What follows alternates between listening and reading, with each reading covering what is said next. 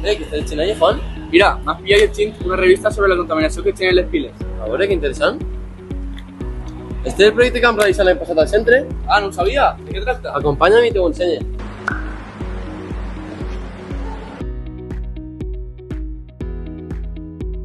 Vam pensar que seria una bona idea fer una recolecta de piles al nostre centre, participant tot l'alumnat, des de primer de l'ESO fins a segon de batxiller, cicles formatius i part del professorat. Però, per què vam elegir aquest residu? Perquè és un element molt present. Tots tenim piles a casa. Qui no canvia mai les piles del comandament? A més, una vegada esgotades, es converteixen en residus molt perillosos. Alliberen compostos tòxics, tot i que la seva descomposició és molt lenta. Una sola pila pot contaminar milers de litres d'aigua. Per a nosaltres és fonamental que els alumnes més joves sàpiguen el més aviat possible sobre com protegir el medi i prendre les decisions correctes. I com vos sabeu comunicat amb la quantitat d'alumnes que sou? Vam penjar cartells per tot el centre i vam fer ús de les nostres xarxes socials per a comunicar el funcionament i les dates sobre la recolecta amb el nostre lema «Posa't les piles». Seguidament vam anomenar un representant de cada classe anomenat ecodelegat, que s'encarregava de recollir i motivar als seus companys per a que en dugueren més.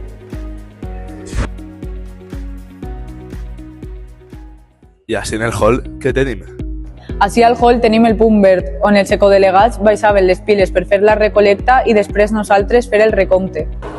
Soc Petru, de primer A, i avui amb la meva classe hem aconseguit traure 300 piles i espero que siguem la classe guanyadora. A més de les piles, també es poden reciclar uns altres residus, com pot ser l'orgànic, paper i cartró i el plàstic. També van reciclar roba, cartutxos de tinta impressora i oli reciclat per a fer sabó. Tots hauríem de reciclar i cuidar més el nostre medi ambient, però a voltes necessitem que hi hagi un incentiu. Llavors, per a fer la recolecta de piles més entretinguda i que l'alumnat s'animara més a participar, vam introduir un premi, anomenat Llombit. Són les monedes socials del centre, amb les quals la classe guanyadora podria fer ús d'elles a la cafeteria per a comprar-se un entrepà o a consergeria per a aconseguir unes fotocòpies gratuïtament. Hola, sóc Yasser, vaig ser l'ecodelegat de la meva classe i l'any passat vam guanyar el concurs de les piles. Vam recollir 2.500 piles i vam guanyar Llombits per a tota la classe. Aquest projecte el van realitzar els alumnes de sostenibilitat amb l'objectiu de reduir l'impacte mediambiental del residu de les piles. Però, en què consisteix l'assignatura de sostenibilitat? És una optativa que va néixer el curs passat per als alumnes del primer de batxillerat. El seu propòsit és conscienciar els més joves de la importància de cuidar el nostre planeta a través del desenvolupament de projectes relacionats amb la cuida del nostre entorn. L'assignatura de sostenibilitat és molt important per a fomentar l'aprenentatge sobre la cura del medi ambient des de ben menuts.